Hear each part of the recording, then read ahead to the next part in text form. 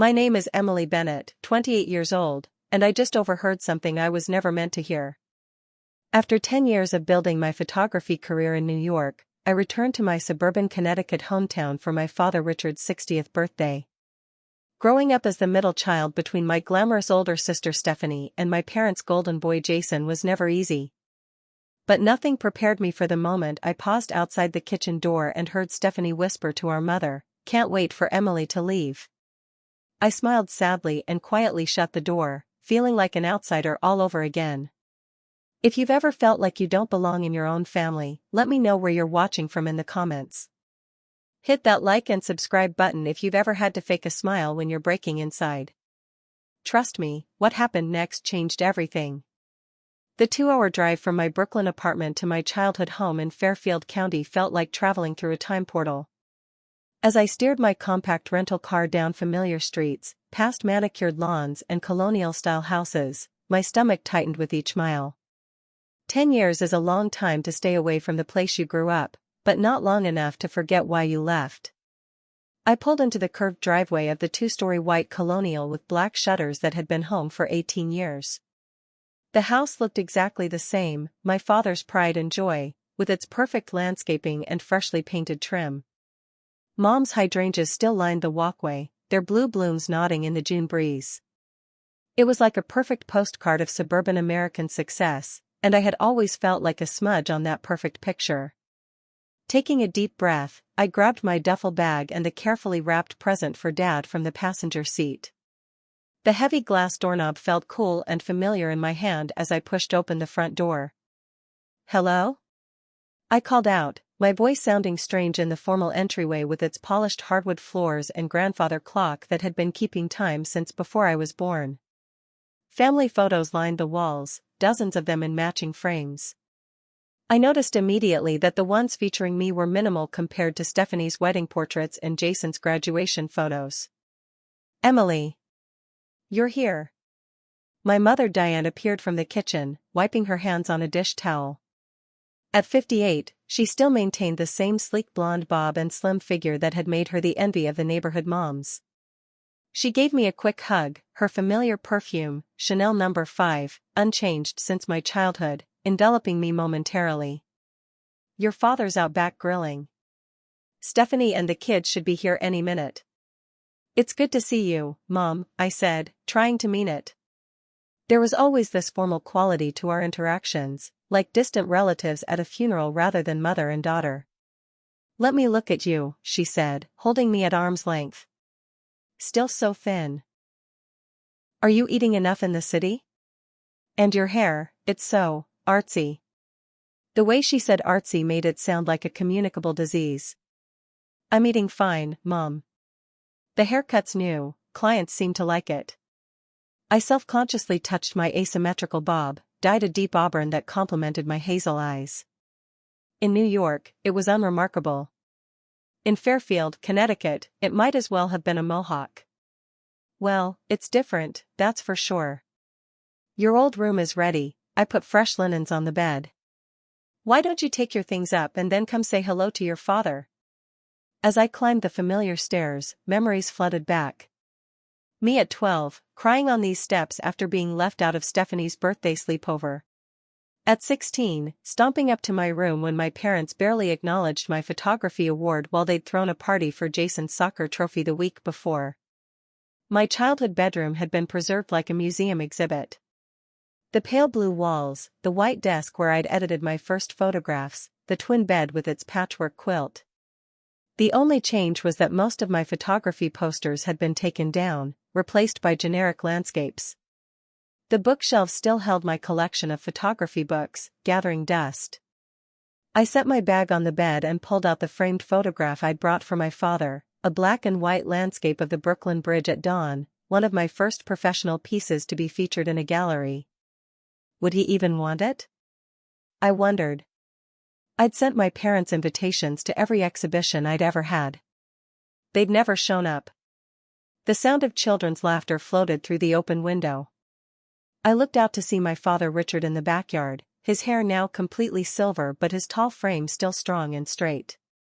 He was laughing as two children, Stephanie's 8-year-old twins Lily and Lucas, ran around him in circles.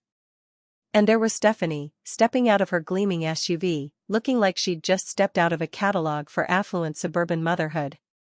At 32, my older sister had achieved everything our parents valued: a successful husband, perfect children, a house 3 streets over, and the presidency of the local PTA.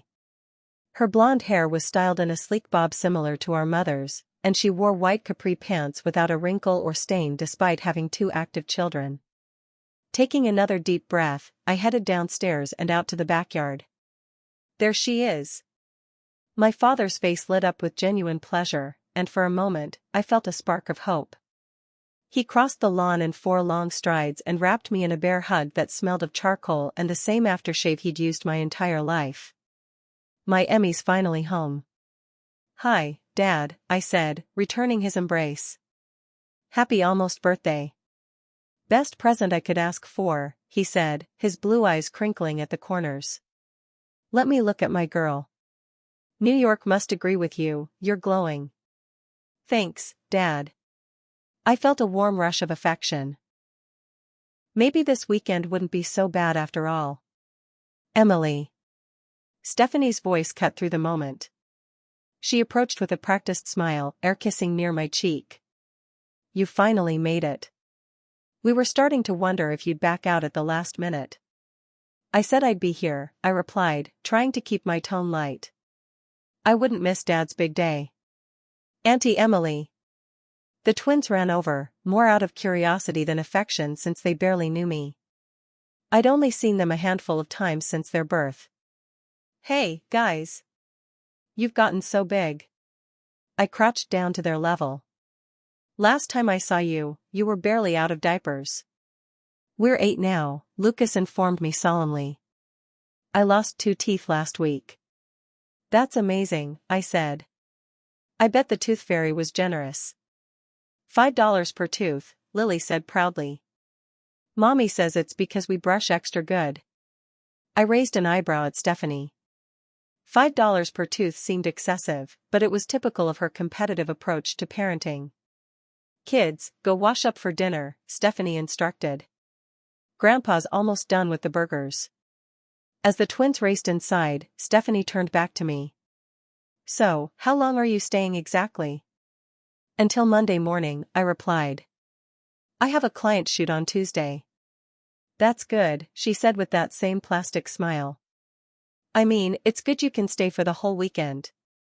Mom's planned a big party for Sunday.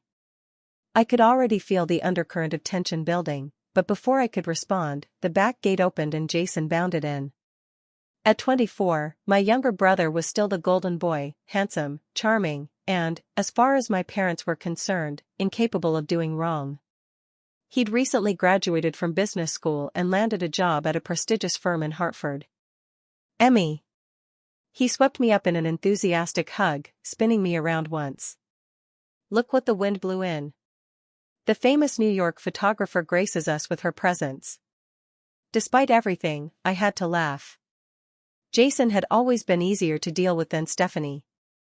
While he benefited from being the favorite, he at least seemed somewhat aware of the disparity in how we were treated.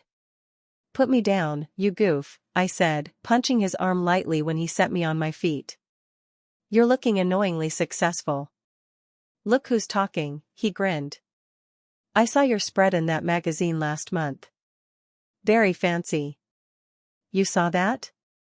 I was genuinely surprised. Someone in my family actually kept tabs on my career?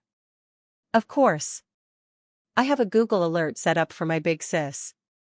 He winked. Dinner that night was served on the patio, my father's famous burgers, my mother's meticulous garden salad, and enough tension to power a small city.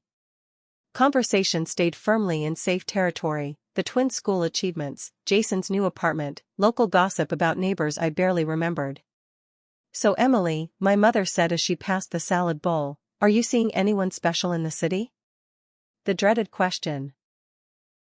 I was prepared for it, but it still made me tense up.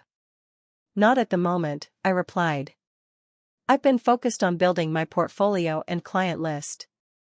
Well, that's dedicated, my mother said with a slight frown. But you're not getting any younger. Stephanie was already married with the twins on the way at your age. We all have different paths, Mom, I said, keeping my tone light. Of course you do, honey, my father interjected. And we're proud of what you're accomplishing with your photography. Stephanie made a small sound that might have been a suppressed snort. It must be exciting, she said, living the single life in New York. So many options. The way she said options made it sound like I was collecting men rather than focusing on my career.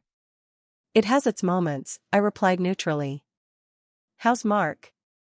I asked, referring to her husband who was noticeably absent. Working late again, she said with a martyred sigh. The firm is handling a huge merger. He's so dedicated to providing for us. The unspoken comparison hung in the air, Mark the provider versus Emily the self-absorbed artist.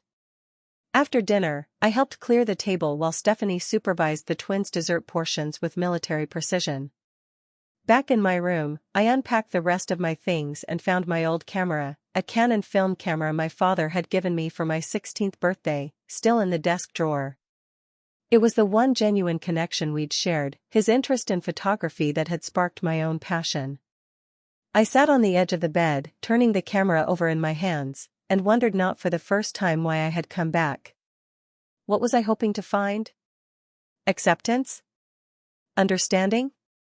Some magical transformation of family dynamics that had been set in stone since childhood? Tomorrow was another day, I told myself. Maybe things would look different in the morning light.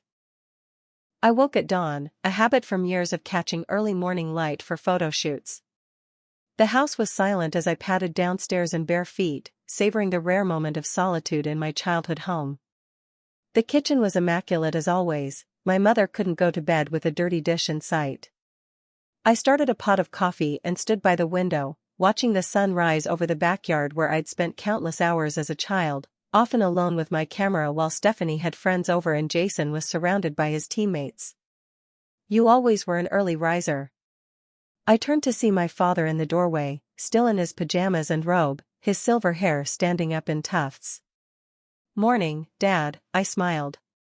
Coffee's almost ready. Music to my ears. He took a seat at the kitchen island, watching me as I moved around the kitchen, finding mugs and spoons as if I'd never left. It's good to have you home, Emmy. The simple sincerity in his voice caught me off guard. It's good to be back, I said, surprised to find I partially meant it. I know things haven't always been easy, he continued, accepting the mug of coffee I handed him. But I want you to know I'm genuinely happy you're here. Not just for my birthday, but to see you. To know you're doing well. Thanks, Dad, I said, throat suddenly tight. That means a lot. He reached across the counter and squeezed my hand. I'm proud of you, kiddo. Always have been. Before I could respond, footsteps announced my mother and Stephanie, both already dressed and perfectly put together despite the early hour. Oh. You're up, my mother said, looking slightly taken aback at finding us there. I was just coming down to start breakfast. Emily made coffee, Dad said, raising his mug.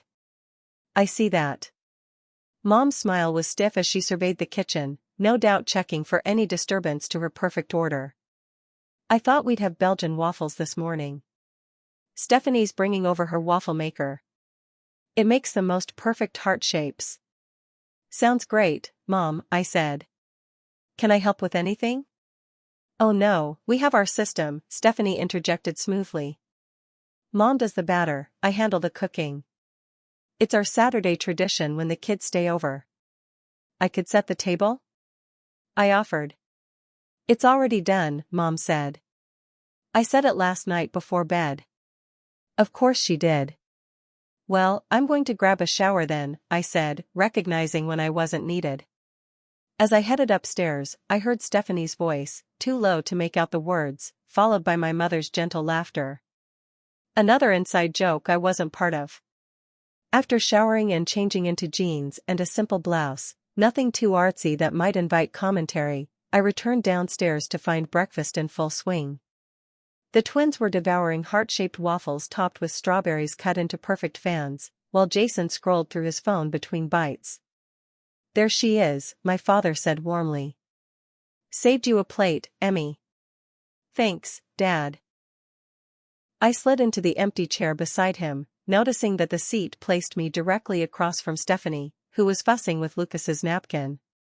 "Mom was just telling us about the party preparations for tomorrow," Jason said. "Apparently half the neighborhood is coming." "It's not that many people," my mother corrected. "Just close friends and family. About 40 people." 40? I raised my eyebrows. "That's quite a celebration." "Well, 60 is a milestone," Stephanie said. "And Dad deserves the best." "Absolutely," I agreed. "Is there anything I can do to help with the preparations?" "Everything's under control," my mother assured me. "Stephanie and I have been planning for weeks. The caterer is handling the food, the florist is delivering arrangements in the morning, and the house will be professionally cleaned this afternoon. I'm in charge of decorations," Stephanie added. "I found these amazing custom photo banners. I've been collecting family photos for a digital slideshow too." "That sounds wonderful," I said, genuinely impressed.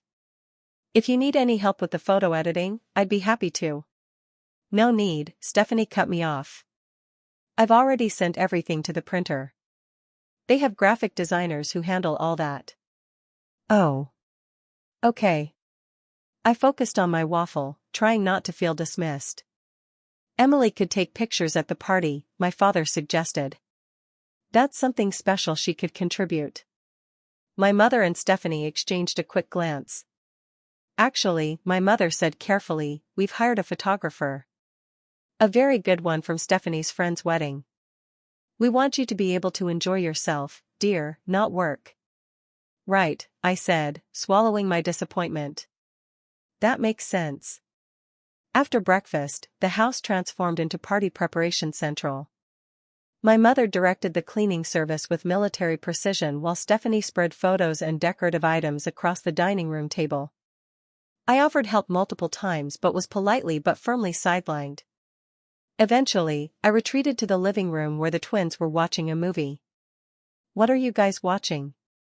I asked, sitting on the couch beside them. "Frozen 2, Lily informed me without taking her eyes off the screen. "It's our favorite." "Cool," I said. "I haven't seen that one yet." This finally earned me a look of astonishment from both children. "You haven't seen Frozen 2? Lucas asked, clearly questioning my worth as a human being. "I guess I've been busy," I laughed. "Doing what?" Lily asked with genuine curiosity. "Taking pictures mostly," I explained. "I travel a lot for my job, photographing people and places." "Like vacation pictures?" Lucas wrinkled his nose. "Sometimes. But also pictures for magazines and websites. Pictures that tell stories."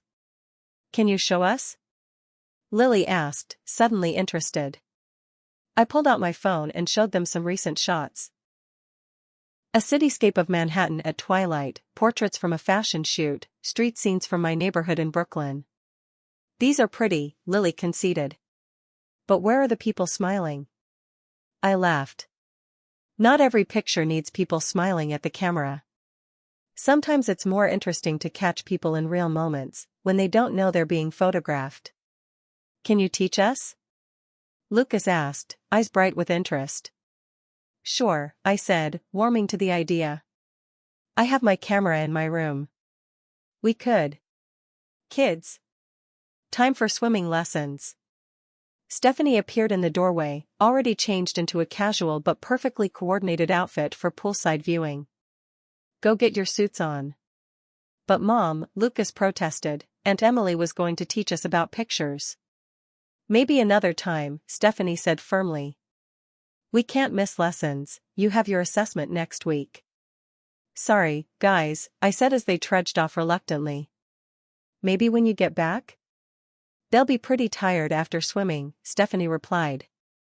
"Then we have dinner at Mom and Dad's club tonight. Maybe tomorrow after the party?" "Sure," I said, knowing it probably wouldn't happen. Left alone again, I decided to take a walk around the neighborhood. The sun was high in a cloudless June sky as I wandered familiar streets, camera in hand.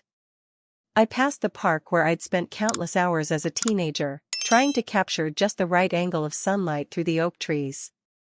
The ice cream shop where I'd had my first job, now replaced by a trendy juice bar. The high school where I'd felt invisible except in photography class. Emily? Emily Bennett, is that you? I turned to see a vaguely familiar figure approaching, a woman about my age with curly brown hair and a warm smile. It's Rachel, she said. Rachel Kim? We had AP English together senior year. Rachel? Of course, I said, memory clicking into place. Wow, it's been forever. How are you? I'm good. Really good, she said. I moved back after college. I teach at our old high school now. English, actually. That's amazing, I said, genuinely pleased. You always were the best writer in class.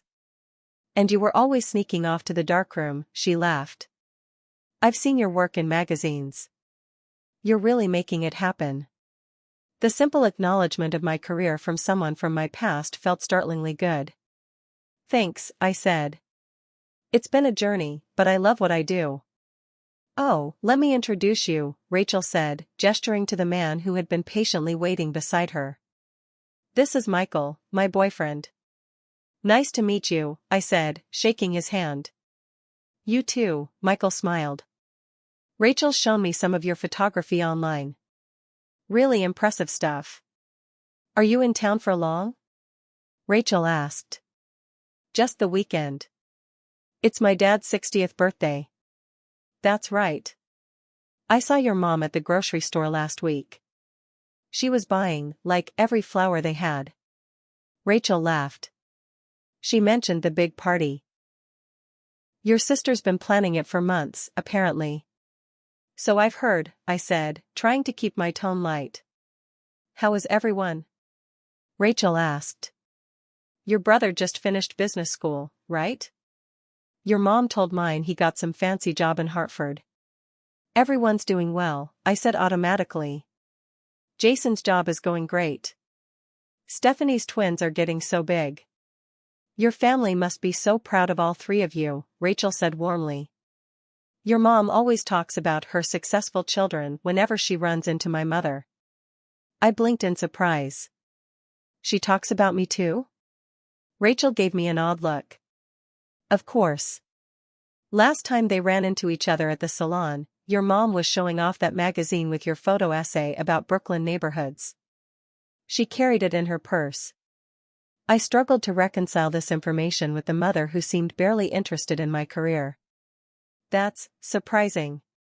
Why? Rachel asked. You're doing amazing things.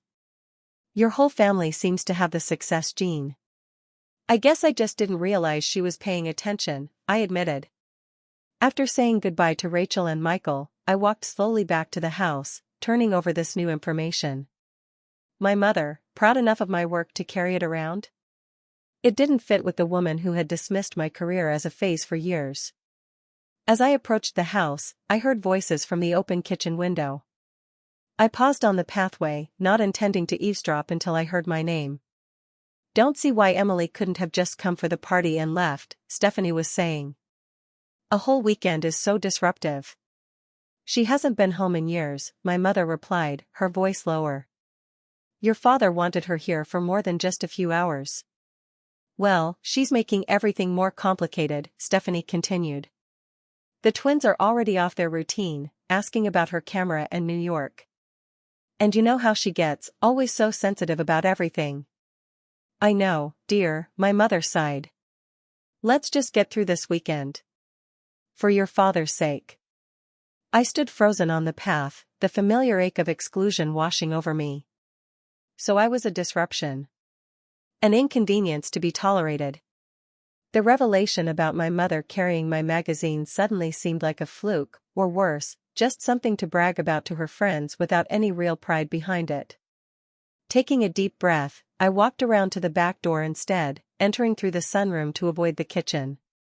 I needed time to compose myself before facing them again.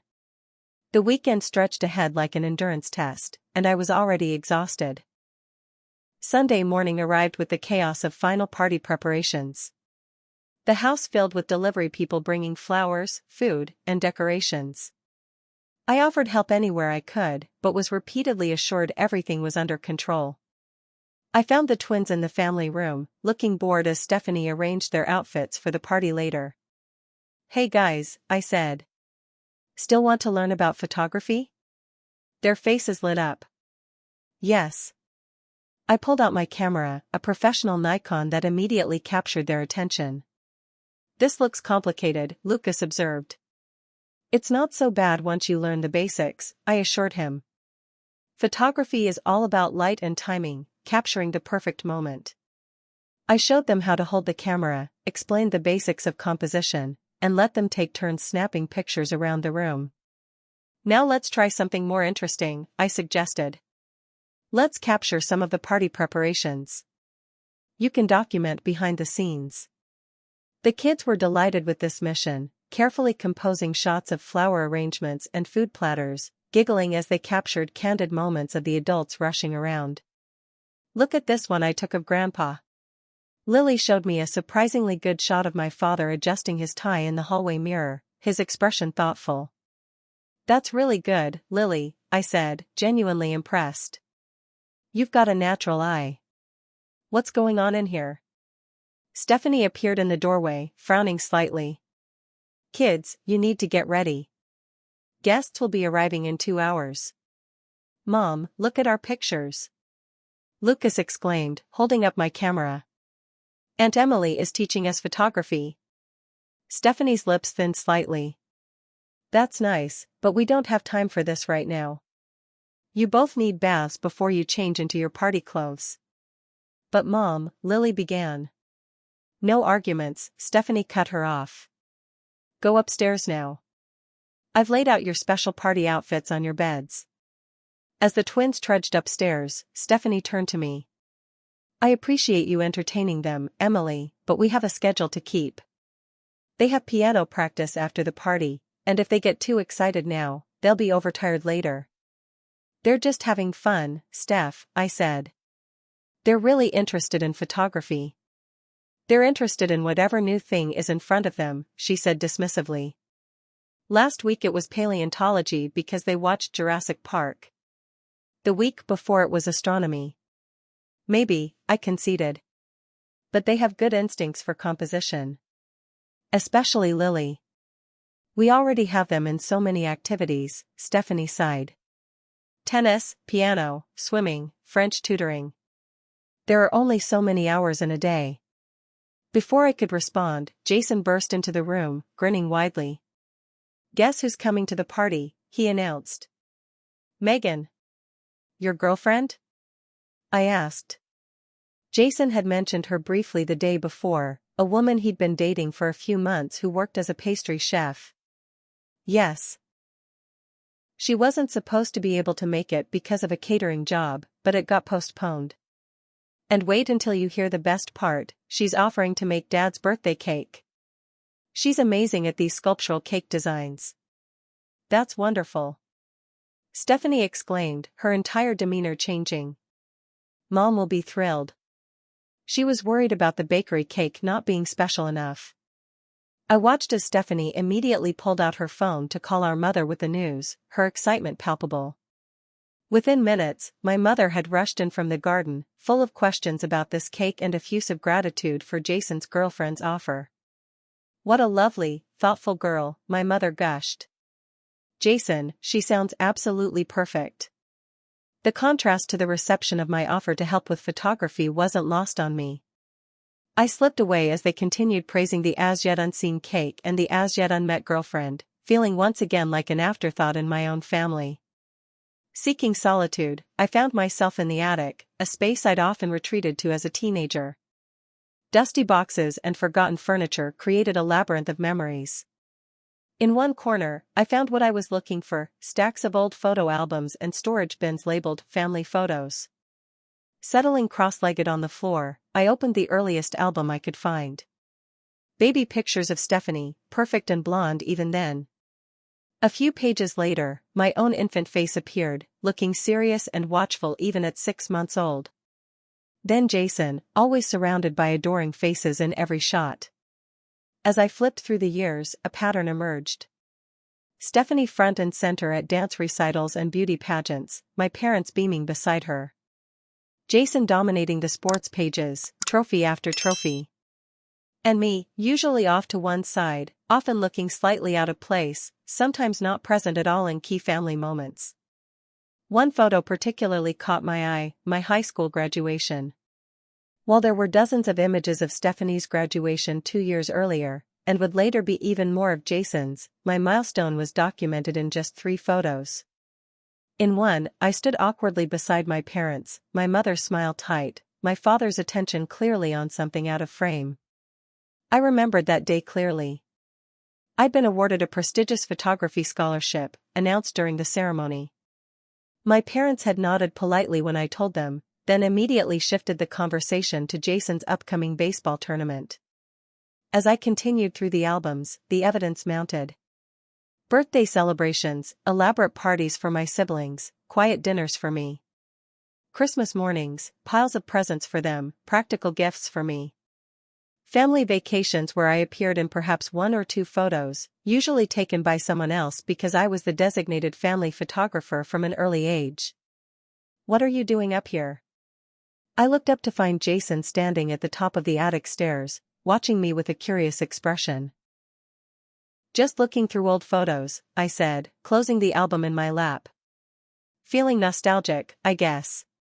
He crossed the room and sat down beside me, picking up one of the albums I'd already looked through. "Man, I forgot about these. Look how dorky I was with that haircut." "You were never dorky," I said. "You were always the golden boy." Something in my tone made him look up sharply. "What's that supposed to mean?" I hesitated, then decided there was no point in pretending. "Come on, Jason. You know you were always the favorite." "That's not true," he protested, but there was little conviction in his voice. "It is true," I said quietly. "Look at these albums. Really look at them. Count how many photos there are of your events versus mine. Look at Mom and Dad's expressions when they're with you versus with me." Jason flipped through several pages, his expression growing more troubled. "I never really noticed," he admitted finally. "You didn't have to notice. You were on the winning side of it." "Emmy, he ran a hand through his hair. "I don't think they meant to make you feel bad." "Maybe not consciously," I agreed. "But the pattern is pretty clear. Stephanie was the perfect daughter, you were the beloved son, and I was, extra. The odd one who didn't quite fit the family mold." "That's not fair," Jason protested. "You chose to be different. You chose to move away." "Did I have a choice?" I asked.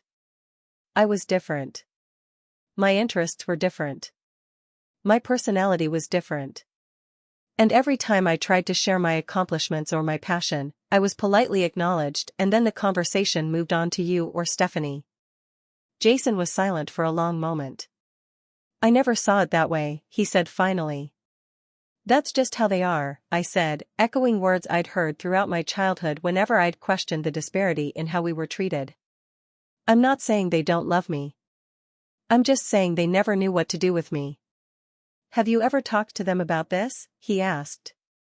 "I tried, when I was younger. Mom would get defensive, Dad would look uncomfortable, and nothing would change. Eventually I just stopped trying." We sat in silence for a few minutes, the dust motes dancing in the shafts of sunlight from the small attic window. "I should have stood up for you more," Jason finally said. "I knew, on some level. I just didn't want to rock the boat." "It's not your job to fix their relationship with me," I said. "I'm not telling you this to make you feel guilty. I just want someone in this family to understand why being here is so hard for me." Jason nodded slowly. "I get it. Or at least, I'm trying to." He bumped his shoulder against mine gently. "For what it's worth, I always thought you were the coolest one of us." brave enough to follow your own path. Thanks, little brother, I said, mustering a smile. That actually means a lot. Later that afternoon, I tried to have an honest conversation with my mother as we arranged flowers in the dining room. Mom, can I ask you something? I began carefully. Of course, dear, but let's be quick. The ice delivery is due any minute. Do you ever wish I had taken a different path? Something more conventional? My mother's hands paused briefly among the roses. What do you mean? With my career, my life choices. Do you wish I was more like Stephanie? Emily, what an odd question, she said, resuming her arranging. Every person has their own journey. That's not really an answer, I pressed gently. She sighed. I just want you to be happy, dear. And secure. The arts can be so unstable as a career. I am happy, Mom. And I'm doing well professionally. My work is fulfilling and it pays the bills. Well, that's good, she said, but her tone suggested she remained unconvinced. Though there's more to life than work, you know. Family, stability, putting down roots. Stephanie's version of happiness isn't the only valid one, I said, trying to keep my voice even. No one said it was, my mother replied, her tone growing defensive. But there's a reason traditional paths are traditional, they're proven to work. Before I could respond, the doorbell rang, announcing the ice delivery, and my mother hurried away, conversation effectively ended. That evening, as guests began to arrive for the party, I was helping arrange gift tables when I passed by the partially open door to my father's study. Inside, I could hear my mother and Stephanie talking in low voices. Just had to bring up her feelings right before the party, my mother was saying. As if we don't have enough to deal with.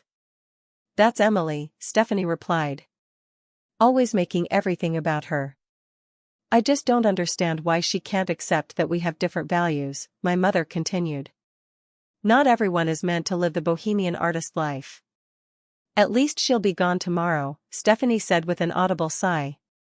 Then things can get back to normal. Can't wait for Emily to leave, my mother agreed. As much as your father enjoys having her here, it always stirs up drama. I stood frozen in the hallway, the painful words cutting deeper than they should have. After 10 years, nothing had changed. I was still the problem child, the disruption to their perfect family narrative, the one they'd be relieved to see go. I smiled sadly and quietly shut the door, then retreated to my room, fighting back tears. I pulled my duffel bag from under the bed and began methodically packing my things. There seemed little point in staying for the party now. I could make an excuse, a work emergency, perhaps, and be back in New York by midnight. I scribbled a brief note explaining my absence, apologizing to my father for missing his celebration. As I set the note on my pillow, there was a soft knock at my door. Emmy? Are you in there? My father's voice. I quickly shoved the duffel bag back under the bed and wiped my eyes. Come in, Dad. The house was bursting with activity by mid-afternoon. Relatives I barely remembered greeted me with the overfamiliarity of people who feel they know you because they've heard stories about you, even if they haven't seen you in a decade. Emily. The photographer. Let me see those artistic hands of yours, exclaimed my father's cousin Gerald, examining my fingers as though they might reveal some secret talent visible only to him. Still single, dear? Asked Great Aunt Mildred, not waiting for an answer before adding, well, there's still time. Though not much at your age. I smiled and nodded through dozens of such interactions, retreating whenever possible to help with tasks that kept me away from the crush of well-meaning but exhausting relatives. You look like you could use this, said a voice behind me as I arranged napkins in the dining room. I turned to find my Aunt Linda, my mother's younger sister, holding out a glass of wine. Unlike my mother's tailored elegance, Linda had a bohemian style with her long silver-streaked hair and colorful flowing clothes. Thanks, I said gratefully, accepting the glass. Is it that obvious I'm struggling? Only to someone who recognizes the look, she said with a knowing smile. I wore it at enough family gatherings myself. Linda had always been something of an enigma, the family's black sheep who had divorced young, traveled extensively, and built a career as an interior designer. She visited rarely but sent exotic gifts and postcards from her travels. I'd always felt a kinship with her, though we'd never spent much time together. "How do you do it?" I asked as we retreated to a quiet corner of the living room. "Come back for these events and not feel like an alien who accidentally landed at the wrong family gathering?" Linda supplied with a laugh. "Exactly," I admitted, relieved that someone understood. "Years of practice," she said. "And the knowledge that being different from your family doesn't make you wrong." She studied me over the rim of her glass. "Your mother told me you built quite a photography career in New York." "I have," I said. "Though I'm not sure she sees it that way. Diane has always had a very specific vision of what success and happiness should look like," Linda said carefully. "It doesn't mean she doesn't love you or isn't proud of you." "Could have fooled me," I muttered. "You know, you and your mother are more alike than either of you realizes," Linda said, surprising me. "Me and Mom? We're complete opposites." "Not really," Linda shook her head. "You're both stubborn, perfectionist, and passionate about your chosen paths. The difference is, Diane chose the path that was expected of her, while you chose to forge your own." "What do you mean?" Linda glanced around to make sure we weren't being overheard. "Your mother had dreams of being a designer, did you know that? She had a scholarship to Parsons." "What?" I stared at her in disbelief. "No, I never knew that.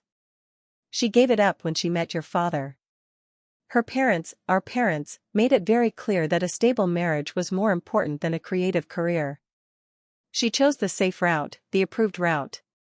I struggled to reconcile this new information with the mother I'd always known. "But she's never shown any interest in art or design." "Hasn't she?" Linda raised an eyebrow. "Look at this house, Emily. The perfect color schemes, the meticulous arrangements, the way everything coordinates without being matchy-matchy. Your mother has been designing her whole life, she just channels it into spaces rather than products or pictures." I looked around with new eyes, seeing the subtle artistry in my mother's domestic choices. "I think," Linda continued gently, "that seeing you pursue the creative path she abandoned might be complicated for her. Pride mixed with regret, admiration tinged with envy." "That actually makes a lot of sense," I said slowly. "But why has she never told me any of this?" "Some generations weren't raised to discuss feelings or acknowledge regrets," Linda shrugged. "And the longer you leave something unsaid, the harder it becomes to say it." Our conversation was interrupted by the arrival of more guests, but Linda's revelation stayed with me as I moved through the crowded house. I found myself observing my mother with new eyes, noticing the careful attention she paid to every aesthetic detail of the party. Was that artistic passion redirected into the only acceptable channel she'd been allowed?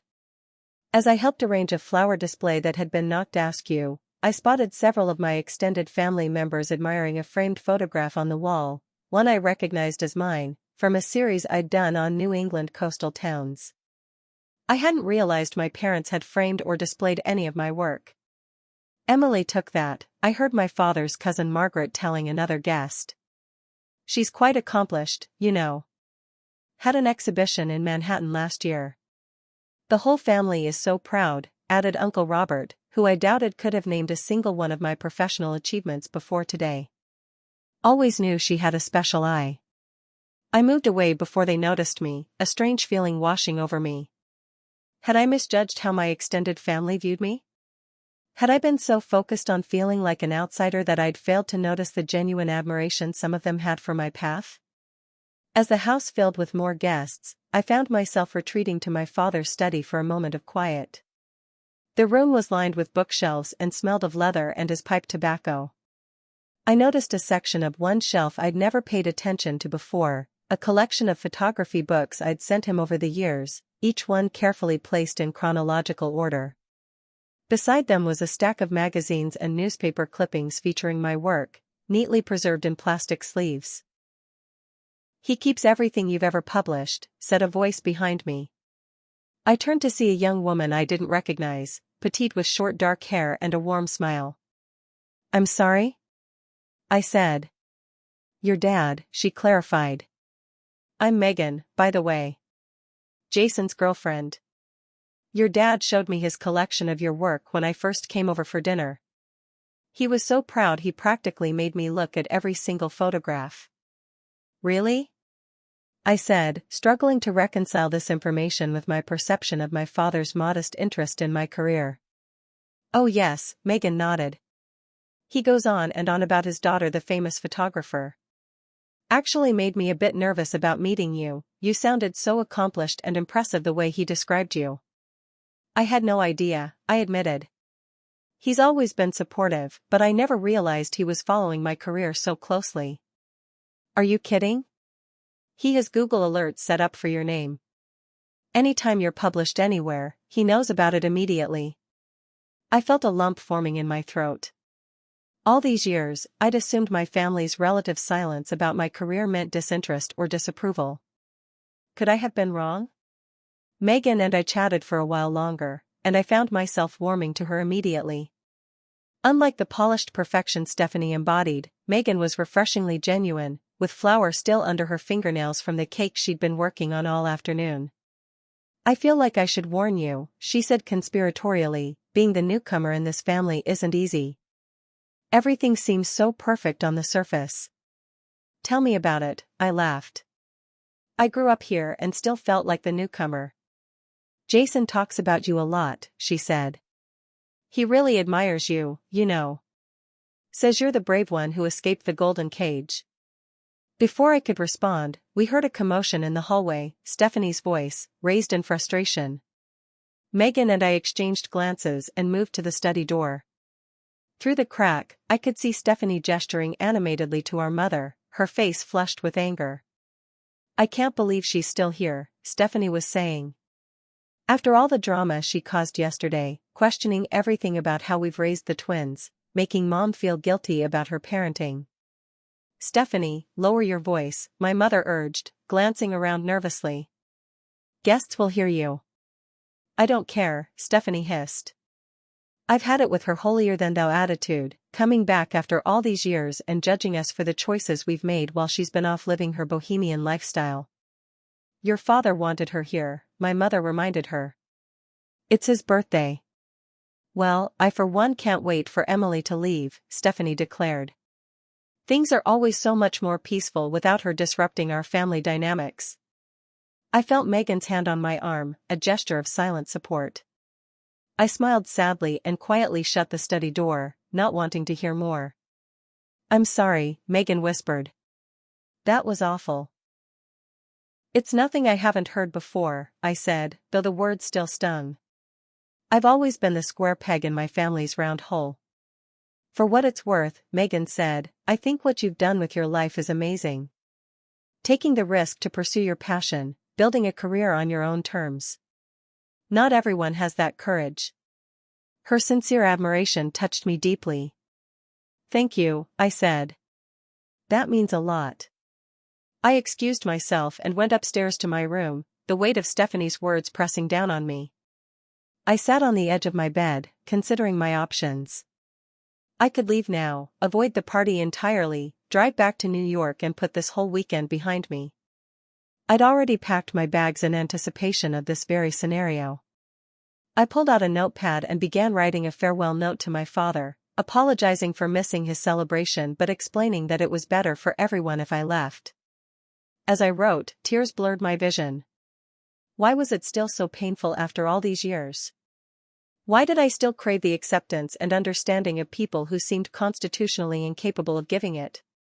I was so absorbed in my thoughts that I didn't hear the bedroom door open. "Emily? What are you doing?" I looked up to see my father standing in the doorway, his expression concerned. He was dressed for his party in a navy suit that made his silver hair stand out, a festive tie with tiny cameras printed on it, a gift I'd sent him years ago, around his neck. "Dad," I quickly wiped my eyes. I was just freshening up before the party. His gaze fell on my packed bag peeking out from under the bed, then to the note in my hand. "Were you going to leave?" Before my birthday? The hurt in his voice made my chest tighten. I thought it might be better. For everyone. Better for everyone? Or easier for you? His normally gentle voice had an edge of anger I rarely heard. I've waited 10 years to have all my children under one roof again, Emily. 10 years. I'm sorry, I whispered. I just don't belong here anymore. Maybe I never did. Don't belong? My father crossed the room and sat heavily beside me on the bed. You're my daughter. Of course you belong. You don't understand. Then help me understand, he interrupted, his blue eyes intense. Because from where I'm sitting, it looks like you're running away. Again. I overheard Stephanie, I admitted. She can't wait for me to leave. She thinks I'm disrupting the family, causing drama. And you were going to let her drive you away? Without even saying goodbye? Put that way, my planned exit seemed cowardly and hurtful. It's so hard being here, Dad. Feeling like the odd one out, the one who doesn't quite measure up to expectations. Whose expectations, Emmy? Mine? Because I've only ever wanted you to be true to yourself. Mom's, then. Stephanie's. The family's collective vision of what success and happiness should look like. My father was quiet for a long moment. I had no idea you felt this way, he finally said. All these years. How could you not know? I asked, incredulous. The difference in how you and Mom treated us was so obvious. Was it? He asked softly. Or was that your perception? It wasn't just perception, Dad. It was reality. The way Mom would praise Stephanie's conventional choices while barely acknowledging my accomplishments. The way Jason could do no wrong while I was always the difficult one. My father sighed deeply. I'm not saying there wasn't any truth to that. Your mother, she has certain ideas about how life should be lived. Ideas shaped by her own experiences and regrets. Aunt Linda mentioned something about that, I said. About Mom giving up a design career. She did, my father nodded. And I think part of her has always wondered what might have been. It's made her protective of what she sees as the safer path for her children. But that doesn't explain why she could accept Stephanie's choices and not mine. Stephanie followed a path your mother understood and approved of. You challenged everything she believed about security and success. He looked at me with sadness in his eyes. I should have done more to bridge that gap. To help her see the value in your choices too. The simple acknowledgement that there had been a gap, that I hadn't imagined the disparity in treatment, felt like a weight lifting from my chest. I don't want you to leave, Emmy, my father said, taking my hand. Not like this. Not without us trying to understand each other better. I looked down at our joined hands, at the note I'd been writing, at the packed bag under the bed. I don't know if anything can really change at this point. Maybe not everything, he conceded. But some things can. If we're willing to try. I thought about the collection of my work he'd kept, the pride Megan said he expressed when talking about me. The small signs I might have missed or dismissed over the years. Okay, I said finally. I'll stay. For your birthday. And maybe, he suggested carefully, you could try talking to your mother and Stephanie. Really talking, without assuming you already know what they think or feel. I nodded, not trusting myself to speak. And Emily, he added, standing and straightening his tie. Whatever happens with them, know that I have always been proud of you. Always. As he left to greet his birthday guests, I sat for a moment longer, gathering my courage. Then I unpacked my bag, tore up the goodbye note, and prepared to face my family, not as the outsider I'd always felt myself to be, but as someone who belonged, whether they acknowledged it or not. I descended the stairs to find the house transformed by twinkling lights, flower arrangements, and the buzz of conversation. Through the open French doors, I could see guests mingling on the patio where strings of lights created a magical canopy. A professional photographer moved through the crowd, capturing candid moments. Taking a deep breath, I moved through the party, accepting congratulations on my career from relatives and family friends who, it seemed, knew more about my accomplishments than I'd realized. Several people mentioned articles or exhibitions they'd seen, expressing genuine admiration for my work. "Your mother showed me that spread you did for National Geographic," said my father's old colleague, Dr. Porter. "Remarkable eye for composition. Reminded me of Ansel Adams." "The one on urban renewal?" I asked, surprised. "Mom showed you that?" "Oh yes, she carries tear sheets in that enormous purse of hers," he chuckled. "Brings them out at every bridge club meeting, I'm told." This didn't align with the mother I thought I knew, the one who changed the subject whenever my career came up. I filed this information away as I continued through the party, increasingly confused by the disconnect between how I perceived my family's view of me and what I was hearing tonight. Eventually, I spotted Stephanie by the bar, momentarily alone as her husband entertained the twins elsewhere. Taking a fortifying sip of wine, I approached her. "Can we talk?" I asked quietly. She looked startled, then wary. "Now? It's Dad's party." "Just for a minute," I pressed. "Somewhere private." With obvious reluctance, she nodded and followed me to the relative quiet of the sunroom at the back of the house. We sat on wicker chairs facing each other, the party sounds muffled by the glass doors. "I heard what you said earlier," I began without preamble. "About not being able to wait for me to leave." Stephanie's perfectly made-up face flushed. "You were eavesdropping?" "I was walking by," I corrected. "But that's not the point. The point is, after all these years, nothing has changed. You still see me as a disruption, a problem to be managed." "That's not fair," Stephanie protested. "You have no idea what it's like when you're gone." "Then tell me," I challenged. "Because from where I'm standing, it seems like you and Mom have constructed this perfect little world that only works when I'm not in it." "You think my world is perfect?" Stephanie's voice rose slightly. "That's exactly the problem, Emily. You've always looked at my life with this contempt, like I settled for something less than what I could have been." "That's not true," I began, but she cut me off. "It is true. Every time you come home with your exciting stories about New York and your gallery shows and your glamorous career, there's this unspoken judgment. Like those of us who chose a conventional life are somehow less than." I stared at her, genuinely taken aback. "You think I judge you?" "Don't you?" she shot back. The successful artist looking down on her boring suburban sister with her boring suburban life. "Stephanie, that's not, I've always thought you had exactly the life you wanted." "The life I wanted," she repeated with a bitter laugh. "You have no idea what I wanted." "Then tell me," I said, gentler now. She was quiet for a long moment, her hands fidgeting with her wedding ring. "I wanted to go to culinary school," she finally said. "After college. I had an acceptance letter and everything." This was news to me. I had no idea. "Of course you didn't." "Because I never did it.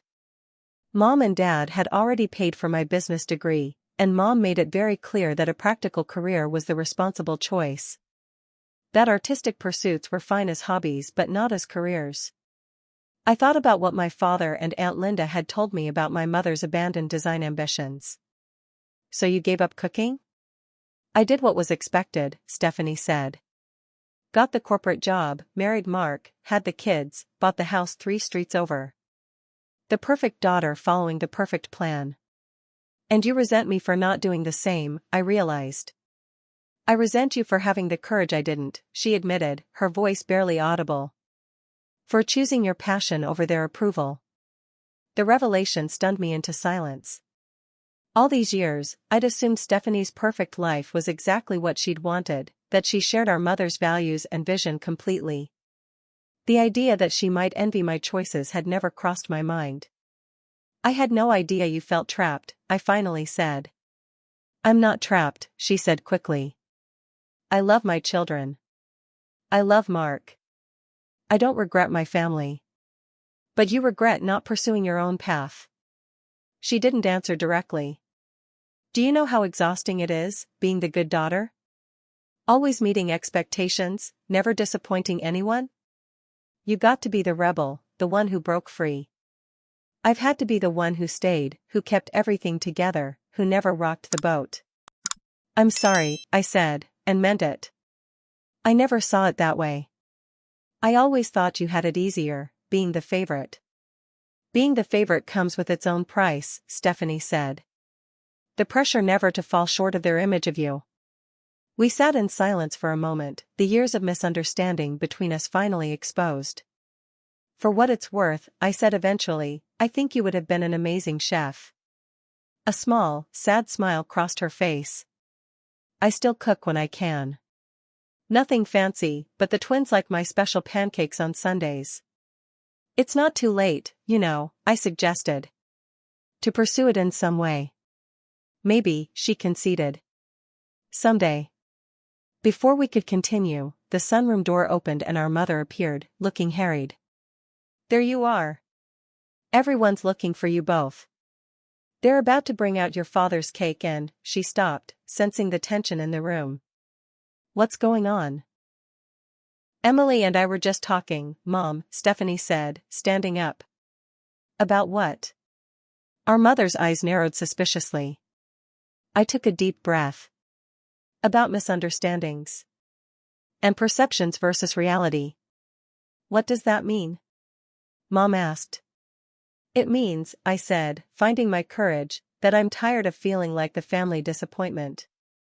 Like my choices and my career are somehow less valid than Stephanie's. My mother's face flushed. I have never said your career was invalid. You didn't have to say it, I replied. It was clear in every conversation we didn't have about it, every achievement that was acknowledged and then quickly changed to another subject. That's not fair, Emily, she protested. I've always supported your photography. Have you? I asked. Because from where I stand, you've tolerated it at best. Girls, this is not the time, she began, but Stephanie interrupted her. When is the time, Mom? Emily's leaving tomorrow, and who knows when she'll be back. My mother looked between us, clearly uncomfortable with the confrontation. Your father's party is not the place for family drama. It's not drama to want honest communication, I said. To want to feel like my life choices are respected, not just tolerated. I don't know what you want me to say, my mother said stiffly. I'm proud of both my daughters. Are you? I challenged. Because it seems like you're proud of Stephanie for following the path you approved of, while I'm the cautionary tale, the daughter who chose the unstable, impractical life you warned us against. My mother's expression changed then, a flash of something vulnerable crossing her features before she composed herself. That's not true. I want both of you to be happy. But you have very specific ideas about what should make us happy, I pointed out. Ideas that might have more to do with your own regrets than our actual needs. What regrets? She asked, but there was a defensive note in her voice that told me she knew exactly what I meant. Aunt Linda told me about Parsons, I said gently. About your design aspirations. My mother's face paled. That was a lifetime ago. Was it? Or is it something you still think about? Something that makes you afraid for me because I chose the creative path you didn't take. For a moment, I thought she might deny it or walk away. Instead, she sank into one of the wicker chairs, suddenly looking older and more vulnerable than I could ever remember seeing her. I wanted you to have security, she said quietly. To not have to wonder how you'd pay next month's rent or if your career would suddenly end. The arts are so uncertain. Life is uncertain, Mom, I said. No career comes with guarantees, not even the conventional ones. I know that, she admitted. Intellectually, I know that. But emotionally. She trailed off. You wanted to protect us, Stephanie finished for her. From struggling like you might have if you'd chosen differently. Our mother nodded, not meeting our eyes. When you were born, she said, looking at me, you were so independent. Even as a tiny baby. You didn't want to be held as much, you wanted to explore everything on your own terms. It terrified me. And as you grew, that independence only became more pronounced. So you pushed harder for me to conform, I realized. I pushed harder because I was scared for you, she corrected. Because I saw myself in you, that same creative spark, that same willingness to take risks. And I knew where that path had led me. To regret, I said softly. Not regret about my family, she said quickly, echoing Stephanie's earlier disclaimer. Never that. But yes, sometimes I wonder what might have been. The three of us sat in silence for a moment, the weight of decades of misunderstanding hanging in the air. I don't need you to understand or approve of all my choices, Mom, I finally said. But I do need you to respect that they're my choices to make. And I need you both to stop acting like I took the easy way out, Stephanie added. Like my life is somehow less authentic or meaningful because it looks conventional from the outside. Our mother looked from one of us to the other, her carefully maintained composure cracking slightly. When did you both grow up enough to be wiser than me? She asked, with a small, sad smile. Before either of us could respond, there was a knock at the door, and Jason poked his head in. Hey, everyone's looking for you three. Dad's about to give a speech and he wants his women there.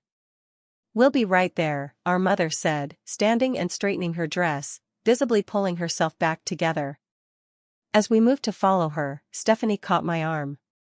This isn't resolved, she said quietly. But it's a start.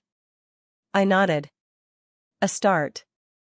As we rejoined the party, I felt something shift between us, not a complete healing, but a crack in the walls that had separated us for so long. We'd seen glimpses of each other's true selves, beyond the roles we'd been assigned or assumed. Whatever happened next, we couldn't go back to the comfortable fiction that we understood each other completely. And maybe that was progress. The party was in full swing as we re-emerged from the sunroom. Guests filled every corner of the house and spilled out onto the patio and lawn, where tables had been set up under strings of twinkling lights. My father stood near the large three-tier cake that Megan had created, an extraordinary confection decorated with edible photographs from his life, including several I recognized as ones I'd taken. There they are, my father called as he spotted us. My three favorite women in the world. We made our way through the crowd to stand beside him, the tension of our conversation still vibrating between us but momentarily set aside for his sake. He looked happy and relaxed, surrounded by friends and family who had come to celebrate him. If I could have everyone's attention, Jason called out, tapping a spoon against his champagne glass. Dad would like to say a few words. The crowd quieted as my father cleared his throat and looked around at the gathered faces. First, I want to thank all of you for coming tonight, he began. Having so many people I care about in one place is a gift beyond measure. There were murmurs of affection from the crowd. Turning 60 is a strange milestone, he continued. You're definitely not young anymore, but hopefully not old yet either. Laughter rippled through the audience. It's a time for reflection, for looking back at the path you've traveled and forward to the road ahead. He paused, his eyes finding each of us, my mother, Stephanie, Jason, and me, before continuing. I've been blessed with a wonderful family. My beautiful wife Diane, who has been my partner in everything for 35 years. Our three remarkable children, each unique and special in their own way. He turned slightly to face Stephanie. Stephanie, our firstborn, who has always amazed us with her determination and capacity for love. Watching you create your own family, raising Lily and Lucas with such devotion, has been one of the great joys of my life. Stephanie smiled, tears glistening in her eyes. Jason, my father continued, our youngest, whose energy and optimism lights up any room he enters. Your kindness and genuine interest in others makes me proud every day. Jason ducked his head, embarrassed but pleased by the public praise. Then my father turned to me, and I felt a flutter of anxiety, wondering what he would say. And Emily, he said, his voice softening, our middle child, whose courage and artistic vision has always inspired me.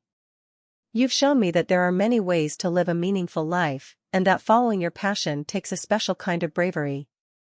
I swallowed hard against the lump forming in my throat. Which brings me to an announcement, my father continued, addressing the whole crowd again. After 30 years at the firm, I've decided it's time for a change. As of next month, I'll be officially retired. A murmur of surprise ran through the gathering. My father had been a partner at his accounting firm for as long as I could remember, his identity so tied to his work that retirement had seemed like a distant, theoretical concept. But this isn't just about ending one chapter, he went on. It's about beginning another. Many of you know I've always had an interest in photography. He glanced at me with a warm smile, a passion my daughter Emily helped nurture years ago. Well, I've decided it's time to pursue that interest more seriously. I stared at him in surprise. My father had always enjoyed taking pictures, but I'd never realized how important it was to him. I've enrolled in classes at the community college, he announced. And Emily has graciously agreed to mentor me. This was news to me, but I nodded as if we'd already discussed it. Who knows? Maybe in a few years, we'll have a father-daughter exhibition. The crowd applauded, and I caught my mother's expression out of the corner of my eye. She looked stunned, and something else I couldn't quite read, proud? Worried? Envious? Life is too short not to pursue the things that bring you joy, my father concluded. That's the lesson I hope to carry into my 60s and beyond.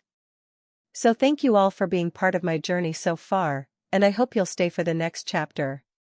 As the crowd raised their glasses in a toast, I felt a surge of emotion, pride in my father's courage, surprise at his revelation, and a new understanding of the complicated dynamics that had shaped our family for decades.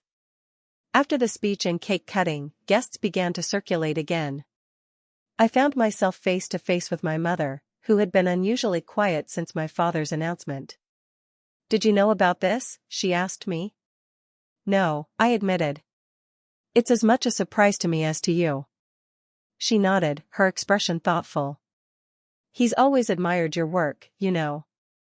More than he could express. I'm beginning to realize that, I said. The image of the shelf in his study, carefully curated with my publications, came to mind. Did you know he kept everything I've ever published? Of course I knew, she said. I helped him organize it all in those plastic sleeves. This simple statement shifted something fundamental in my understanding of my parents. I thought. I always assumed you both were just tolerating my career choice. My mother sighed. Emily, I may not have always understood your choices, but that doesn't mean I haven't been paying attention. Or that I'm not proud of what you've accomplished. You never really talk about it, I pointed out. Whenever I mention a new project or publication, you change the subject. Because it reminds me of what I gave up, she admitted quietly. And that's my issue to work through, not yours. But it became my issue when it affected how you treated me, I said, trying to keep my voice gentle despite the years of hurt behind the words. My mother was quiet for a long moment. I never meant to make you feel less valued, she finally said. I just wanted you to be safe. Secure. I am safe and secure, Mom. Just in a different way than you imagined. I'm beginning to see that, she acknowledged. She glanced across the room to where my father was showing some guests what looked like my latest magazine feature. Richard has always been better at adapting to change than I have. It's not too late, I ventured. For any of us to change, to understand each other better. She gave me a small, sad smile. Perhaps not. Before we could continue, Stephanie approached, holding 2 glasses of champagne. She handed one to me, an olive branch of sorts. So, she said, Dad the photographer. Didn't see that coming. Me neither, I admitted. Think he's any good? Stephanie asked with a hint of her old competitive edge. He has a good eye, I said. And it's never too late to learn new skills. Stephanie nodded thoughtfully. I've been thinking about what we talked about earlier. About paths not taken. Our mother looked between us curiously, but didn't interrupt. I've been considering taking some cooking classes, Stephanie continued. Nothing major, just a weekend course at the Culinary Institute in Hartford. For fun. That sounds wonderful, I said sincerely. You should do it. Mark thinks so too, she added. He says I'm happiest when I'm cooking. And are you? Our mother asked, surprising us both with her interest. Happiest when you're cooking? Stephanie considered this. I think I am, she said slowly. It's the one time I'm not worried about being perfect. I can just create something that makes people happy. Our mother reached out and touched Stephanie's arm, a rare gesture of physical affection from a woman who had always maintained a certain emotional distance. Then you should definitely take those classes. Stephanie looked surprised. Really? You think so? Life is too short for regrets, our mother said, echoing my father's sentiment from his speech. I should know. The simple admission that she had regrets, that she recognized them as such, seemed to shift something fundamental in our family dynamic.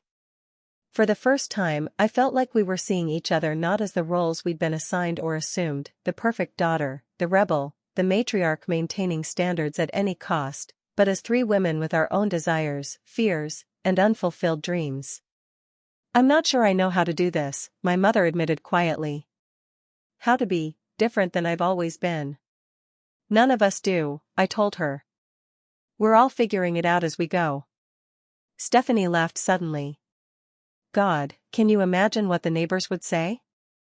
Diane Bennett encouraging her daughter to pursue a creative career? Our mother's lips twitched with suppressed amusement. Let them talk. I'm beginning to think I've cared far too much about what other people think. Who are you and what have you done with our mother? Stephanie joked, but there was wonder in her voice.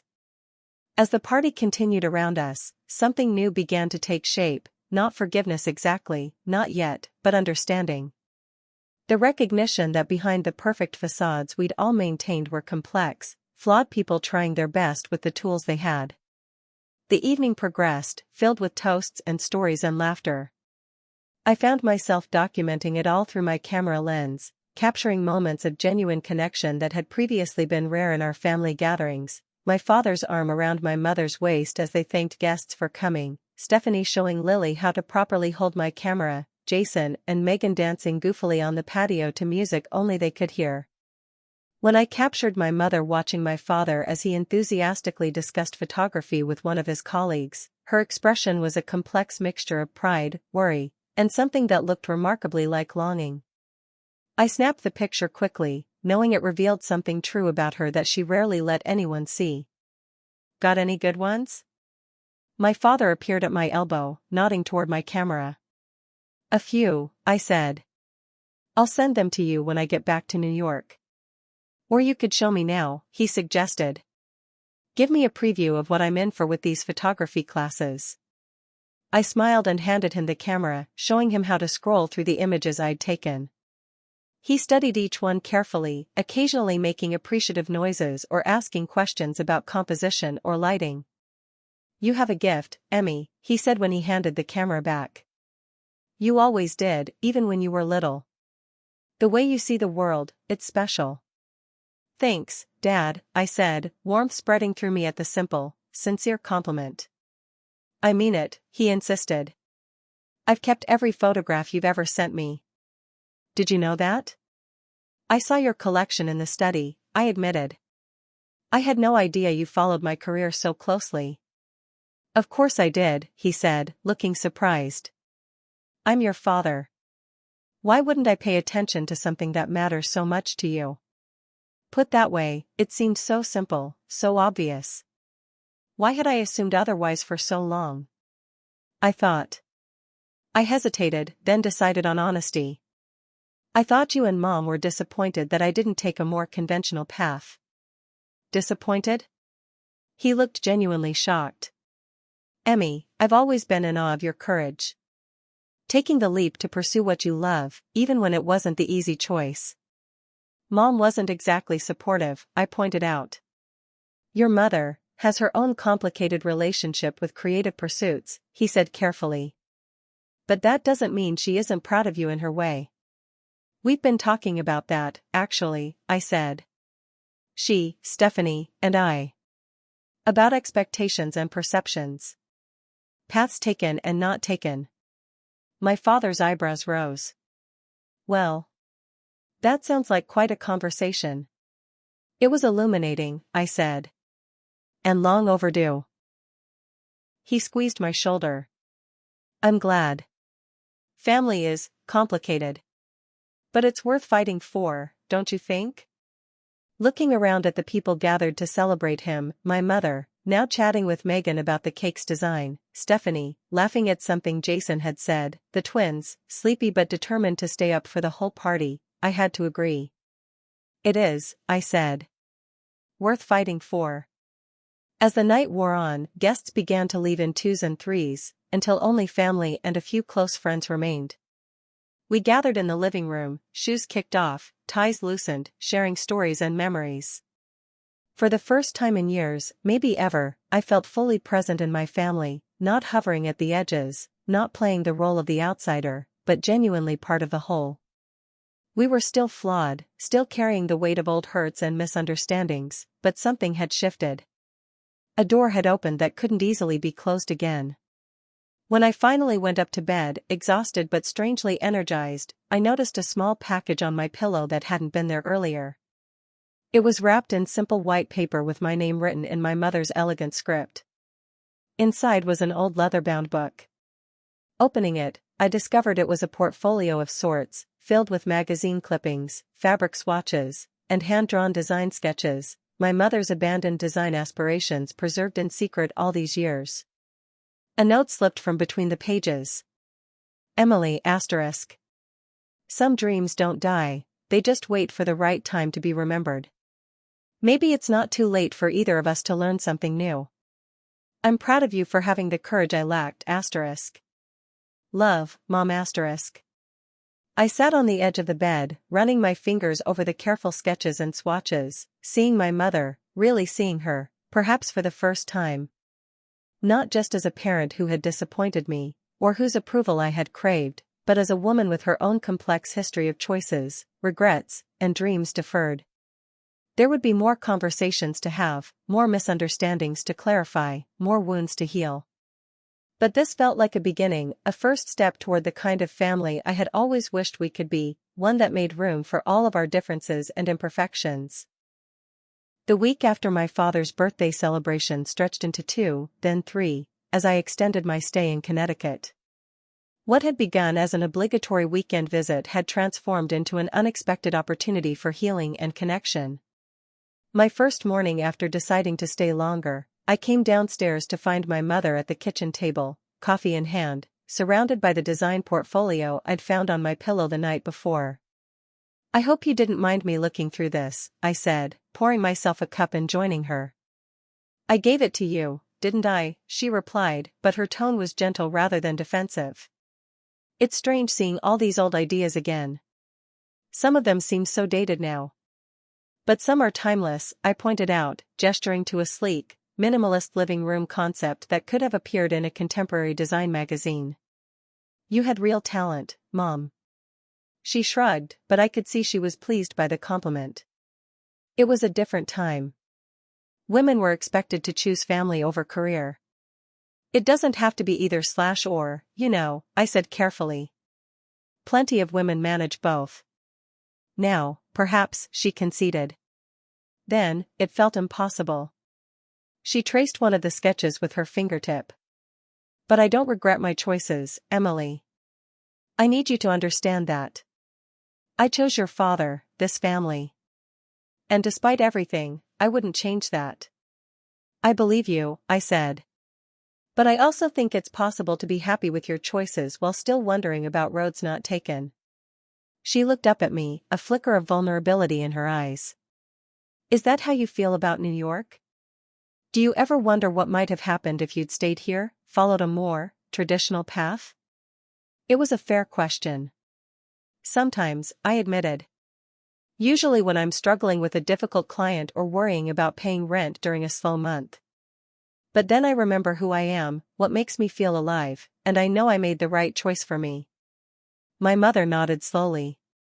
I suppose that's all any of us can do, make the best choices we can with the information we have at the time. And maybe allow ourselves to explore those other interests, even if they don't become careers, I suggested. Have you ever thought about taking design classes, just for fun? She laughed softly. At my age? Why not? Dad's starting photography classes at 60. That's different, she protested, but I could see the idea had taken root. How is it different? I challenged gently. She didn't have a ready answer for that. Later that day, I met Stephanie for coffee at a small cafe in town. Without the pressure of the party or the weight of unspoken resentments between us, we were able to talk more freely than we had in years. The twins keep asking when you're coming over to teach them more photography, she told me. They were really taken with it. I'd love to, I said. Maybe we could make it a regular thing while I'm here? Saturday morning photography lessons? They'd like that, Stephanie said. Then, after a moment's hesitation, I'd like that too, actually. To see you interacting with them, sharing something you love. I've missed a lot of their growing up, I acknowledged. I'd like to be a more present aunt going forward. And I've been too protective, Stephanie admitted. Too scheduled, too controlling. You're a good mother, Steph, I said sincerely. The twins are amazing kids. Thanks, she said, looking genuinely touched. That means a lot, coming from you. From me? I was surprised. Why? Because you see things clearly, she said. You've always been honest, sometimes brutally so.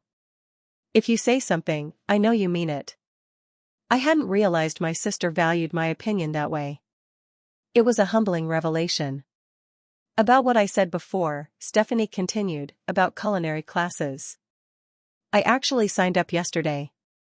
Just a 6-week weekend course, nothing major. Steph, that's fantastic. I exclaimed. Mark's going to take the kids those weekends, she explained. He was really supportive, actually. Said he's been telling me for years to do something just for me. What did Mom say? I asked carefully. Stephanie smiled. I haven't told her yet. But after seeing her reaction at the party, I'm less worried about it. Our conversation shifted to her marriage, her dreams for the twins, my life in New York. For perhaps the first time, we talked as adults, as equals, without the shadow of competition or resentment between us. My relationship with Jason had always been easier, less fraught with the comparative dynamics that had complicated things with Stephanie.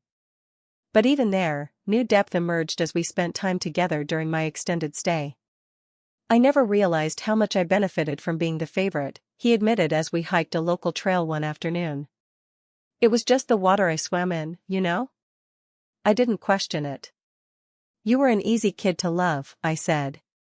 Charming, adaptable, enthusiastic about everything. While you questioned everything and forged your own path, he pointed out. That takes a different kind of strength. One I'm not sure I have. Don't sell yourself short, I told him. You've made your own choices too. Maybe, he said thoughtfully. But I've always played it safer than you. Taken the approved path. And are you happy with that path? I asked. He considered the question seriously. Mostly, yes. I like my job, I love Megan, I'm excited about our future together. But sometimes I wonder if I'm just doing what's expected of me rather than what I really want. What would you do differently, if expectations weren't a factor? He laughed. Honestly? I'd probably open a record store. Something small and curated, focused on vinyl. Crazy, right? Not crazy at all, I said. Why not do it? With a business degree and a job at a prestigious firm? Mom and Dad would think I'd lost my mind. Would they? After Dad's announcement about pursuing photography? Jason was quiet for a moment. Maybe not, he admitted. Things are changing around here, aren't they? For the better, I think, I said. The most profound changes came in small, everyday moments, my mother asking to see my latest photography portfolio, Stephanie calling to share her excitement about something she'd learned in cooking class, my father and I planning a photography trip to Vermont in the fall. Before I knew it, a month had passed, and it was time for me to return to New York. I had clients waiting, deadlines approaching, a life I'd built that couldn't be put on hold indefinitely. The night before my departure, I set up my camera equipment in the backyard. I'd convinced everyone to participate in a family portrait, not the stiff, posed kind that had populated our photo albums for years, but something more authentic. "I don't understand why we can't just smile at the camera like normal people," my mother grumbled as I arranged them on the patio. "Because we're not normal people," I replied with a grin. "We're the Bennetts. Complicated, messy, and figuring it out as we go." I set the timer and joined them, not in the careful, hierarchical arrangement of previous family photos, but in a casual cluster, my father's arm around my shoulders, my mother leaning slightly against Stephanie, Jason on the step below with Megan beside him, the twins sprawled on the ground in front. When the shutter clicked, it captured not the perfect family image my mother had always curated, but something more truthful, a group of people with genuine connections and complicated histories, imperfect but real. The next morning, as I loaded my car for the drive back to New York, my family gathered on the front porch to see me off. There were hugs, my father's warm and enveloping, Jason's enthusiastic, Stephanie's newly genuine, my mother's still slightly reserved but sincere. "You'll come back for Thanksgiving?" my father asked. "Try and stop me," I promised. "And we'll see you before that for our photography field trip," he reminded me, his eyes bright with anticipation. "I've already marked it on my calendar," I assured him. "The twins' birthday is next month," Stephanie added. "They'd love it if their cool Aunt Emily could make it." "I wouldn't miss it," I said, touched by the invitation. My mother stepped forward last, her hands clasped in front of her in a characteristic gesture of contained emotion. "Drive safely," she said, ever practical. Then, more softly, "I've been thinking about what you said. About design classes. The community college has an interior design certificate program that meets on Tuesday evenings. Are you going to enroll?" I asked, trying not to sound too eager. "I've requested the information," she said, which for my mother was practically a declaration of revolution. As I drove away, watching my family wave from the porch in my rearview mirror, I realized that the weekend I had dreaded had become a turning point. The words I had overheard, "Can't wait for Emily to leave," had led not to retreat but to confrontation, and through that confrontation to understanding. Family relationships are never perfect, never finished. They evolve and shift, shaped by time and truth and the courage to see each other clearly. The Bennett family would never be the harmonious ideal my mother had once envisioned, but perhaps we could be something better, authentic, accepting of our differences, committed to growth. I had come home feeling like an outsider and was leaving feeling like I belonged, not despite my differences, but because they were finally acknowledged as an essential part of our family tapestry. As the familiar streets of my childhood gave way to the highway toward New York, I felt a new lightness. The distance between my family and me now seemed like a matter of geography rather than emotional chasm. We would continue to misunderstand each other sometimes, to falter and fail in our communications. But the door had been opened, and I was hopeful that none of us would close it again. Have you ever had a moment when something painful led to unexpected healing? When words that hurt opened a path to greater understanding? If this story touched something in your own family experience, I'd love to hear about it in the comments. Don't forget to like this video if you connected with my journey, subscribe for more stories about family dynamics and personal growth, and share with someone who might need to hear that it's never too late for healing and new beginnings. Thank you for listening to my story, and remember, sometimes the most difficult conversations are the ones most worth having.